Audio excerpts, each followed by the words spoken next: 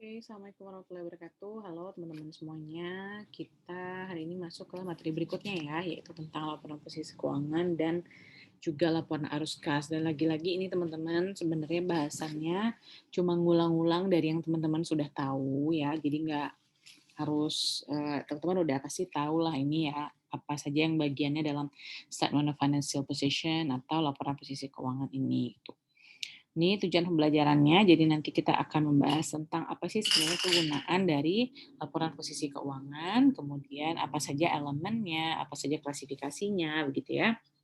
Nah, laporan posisi keuangan ini juga disebut sebagai neraca atau balance sheet ya teman-teman. Jadi apa saja yang dilaporkan, ada aset, liabilitas, ekuitas gitu kan. Nah, kemudian kita lihat di sini, nah ini adalah apa bagannya yang akan dibahas di sini. Nanti laporan posisi keuangan itu elemennya apa aja, kemudian kegunaannya apa aja juga ya nanti akan kita lihat. Oke, nah ini fungsinya ya. Jadi laporan posisi keuangan atau neraca itu dia melaporkan aset, liabilitas, kemudian modal entitas dan juga memberikan informasi tentang apa lagi nih sumber daya, kewajiban untuk krediturnya gitu kan ya, dan juga memprediksi jumlah waktu dan ketidakpastian masa depan. Kita lihat kegunaannya. Nah, jadi dalam memberikan informasi tentang aset, ya, liabilitas dan ekuitas, laporan posisi keuangan ini memberikan dasar untuk bisa menghitung berapa rate of return, teman-teman. Berapa rate of return atau gimana mengevaluasi struktur modal dari perusahaan, gitu ya. Nah, analisis ini juga menggunakan informasi dalam laporan posisi keuangan untuk bisa menilai resiko ya. Nah, menilai resiko entitas, kemudian arus kas di masa depan. Nah, kemudian apalagi dalam analisisnya laporan posisi keuangan ini gunanya untuk menilai adanya likuiditas, solvabilitas, dan fleksibilitas. Oke, jadi ini menganalisis likuiditas, solvabilitas, kemudian fleksibilitas. Kalau liquidity atau likuiditas berbicara tentang apa? Oke, kalau likuiditas ya berarti tentang liquidity itu menggambarkan jumlah waktu yang diharapkan untuk berlalu ini bahasa bukunya ya, untuk berlalu sampai aset direalisasikan, kemudian dikonversi menjadi uang tunai dan sampai liabilitas harus dibayar juga gitu. Jadi ada suatu keadaan gitu ya kan ketika kapan aset direalisasikan, kemudian nanti bisa dikonversikan menjadi uang tunai gitu kan sampai nanti harus dibayarkan liabilitasnya. Nah, kreditor itu biasanya tertarik pada rasio likuiditas jangka pendek ya kayak misalnya rasio kas terhadap liabilitas jangka pendeknya gitu kan. Nah, ini menunjukkan bahwa si perusahaan itu dia punya sumber daya untuk bisa membayar kewajibannya nih untuk sekarang maupun nanti kalau misalnya ada kewajiban yang sudah jatuh tempo juga gitu. Ya, jadi pemegang saham biasa menilai likuiditas ini teman-teman. Kemudian solvabilitas tadi ya, solvabilitas. Nah, solvabilitas ini sorry. Jadi udah di sini.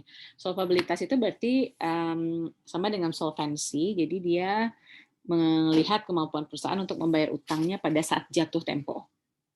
Oke, jadi misalnya perusahaan itu dia memiliki tingkat utang jangka panjangnya yang tinggi nih dibanding utang terhadap asetnya. Nah, maka perusahaan itu memiliki solvabilitas yang lebih rendah lagi dibandingkan perusahaan yang sama dengan tingkat utang jangka panjangnya rendah gitu.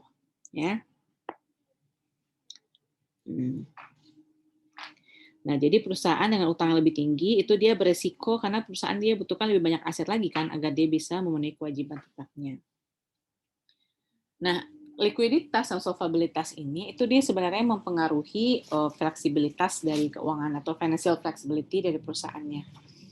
Di mana kita bisa menilai bahwa dia itu berarti mengukur kemampuan perusahaan untuk bisa mengambil tindakan yang bisa dia gunakan untuk mengubah jumlah, kemudian waktu, arus kasnya gitu ya. Nah, kemudian berikutnya adalah tentang keterbatasan. Ya.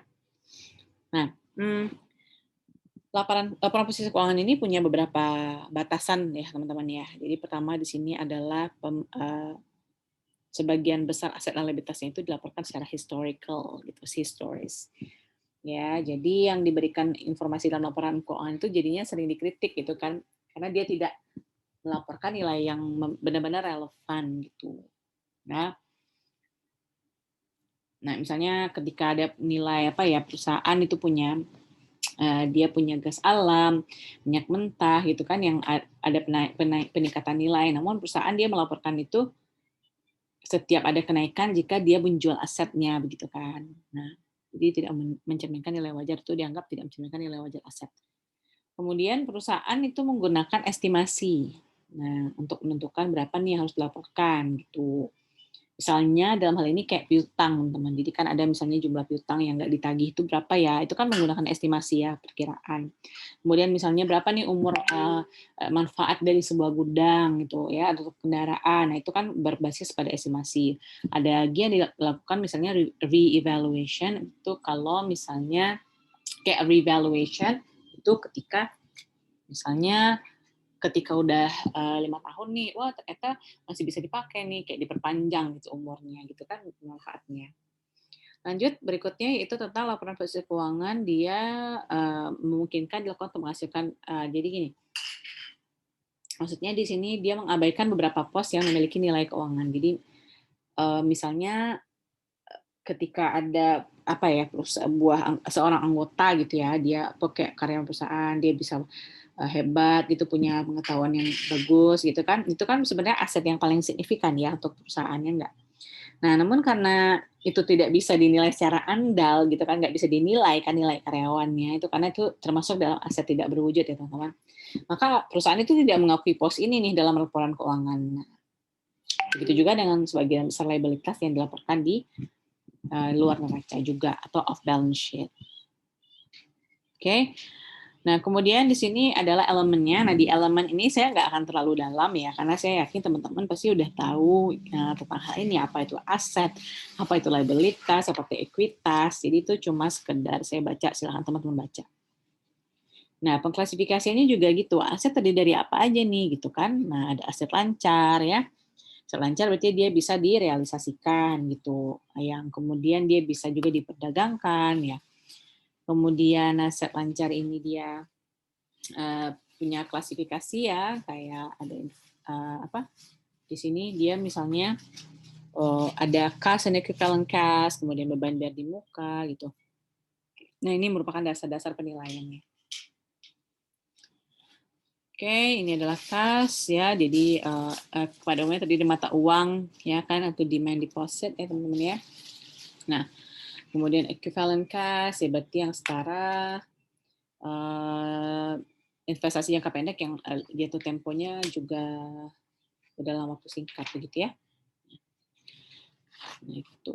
Ini yang untuk klasifikasi yang kas. Selanjutnya adalah investasi jangka pendek juga ya. Jadi ada investasi jangka pendek.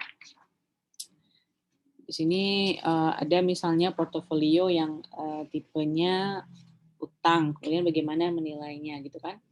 Harga perolehannya harus diamortisasi gitu kan. Kemudian klasifikasinya ada dalam hal ini lancar, kemudian ada juga yang tidak lancar. Gitu. Oke.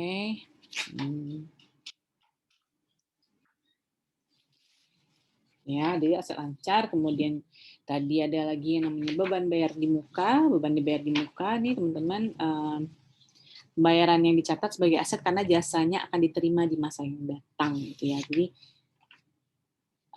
contohnya kas dibayar sebelum beban dicatat gitu. Jadi pembayaran di muka ini hubungannya kaitannya sama asuransi misalnya ya, sama sewa. Ini teman-teman silakan pelajari lagi dan baca lagi. Piutang udah pasti tahu lah ya. Persediaan ini ada metode-metodenya ya, dalam menetapkannya ada FIFO, average cost gitu. Nah, untuk aset tidak lancar dan lancar, ini kan tadi contohnya ada ada investasi jangka panjang, kemudian ada aset tetap, aset yang tidak berwujud, gitu kan ya. Nah, aset tetap kayak apa nih? Properti, plant and equipment ya kan. Kemudian kalau aset tidak berwujud ya seperti hak paten, seperti hak cipta, kemudian ada goodwill di situ, ada merek dagang, nah itu masuknya ke situ. Oke. Nah, aset yang tidak lancar, kas atau aset yang diharapkan dapat dikonversi menjadi kas, kemudian dijual lagi ya, dikonsumsi dalam 1 tahun.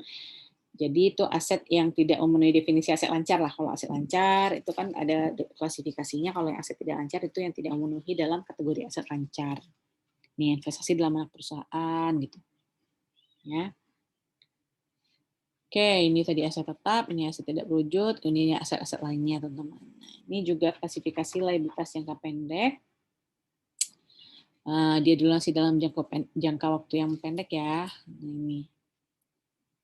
Kemudian ini berikutnya adalah liabilitas jangka panjang, berarti kewajiban yang diberikan dia tidak akan dilunasi dalam siklus operasi normal. Jadi kemungkinan dia berarti lewat dari satu tanggal ya. Jadi kayak contohnya misalnya kayak wesel bayar, teman-teman, wesel bayar, kemudian ada obligasi gitu. Jadi kalau misalnya dia dalam 1 tahun itu berarti kategorinya liabilitas jangka pendek ya. Tapi kalau misalnya di luar itu berarti liabilitas jangka panjang. Oke, nah ini ekuitas. Nah, jangan lupa ya teman-teman, ini kan balik ke basic kita ya, teman-teman, untuk membuat di laporan posisi keuangan ini gitu. Jadi benar-benar teman-teman harus baca lagi sumber-sumber yang ada untuk yang ekuitas ini. Jadi di sini juga ada namanya return earning, laba ditahan, kemudian saham ya. Teman-teman coba buka-buka lagi apa sih sebenarnya yang dikategorikan dalam ekuitas ini. Ini saham, laba ditahan, gitu kan? Nah, format gimana? Format pasti udah tahu lah ya. Oh, oke, jadi ini bentuk akunnya ya. Ada kiri kanannya, sorry kenapa miring dia ya. Nah ini juga aset, liabilitas, ekuitas gitu. Jadi kalau di sini aset, ekuitas, liabilitas. Nah, ini gambaran laporan posisi keuangannya ya, teman-teman ya. Ada aset lancar di sini, aset tidak lancar, kemudian liabilitas, ya kan? Nah, ekuitas gitu. Nah,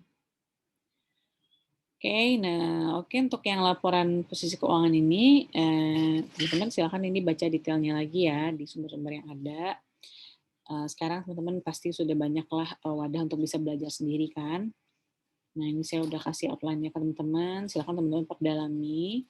Oke, terima kasih ya untuk laporan arus kas. Nanti silahkan lihat video berikutnya. Terima kasih.